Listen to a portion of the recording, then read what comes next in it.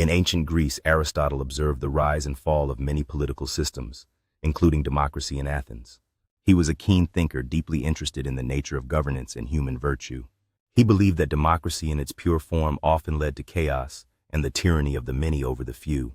Aristotle argued that the masses lacked the experience and wisdom necessary to make the best decisions for the state. He often pointed out the volatility of the Athenian democracy, where the populace could be swayed by demagogues and passion. At the Lyceum, he would share his concerns with students, emphasizing the importance of a balanced government overseen by trained rulers. He criticized what he called the mob rule, asserting it could devolve into tyranny and injustice. In debates, Aristotle contrasted democracy with his ideal, a polity, where the virtuous few guided the many. He remembered the turbulent days when the Athenian democracy expelled Socrates, citing fear and populism as causes. He viewed that event as a warning about the dangers of unrestrained popular power. Aristotle believed that only those with knowledge and virtue should hold sway in governance.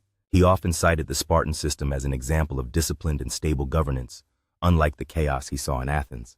His writings reflect a disdain for the idea that anyone should have an equal voice simply by virtue of birth or commonality.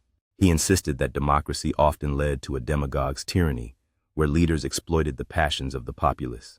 In his mind, true political stability required a hierarchy rooted in wisdom and moral virtue.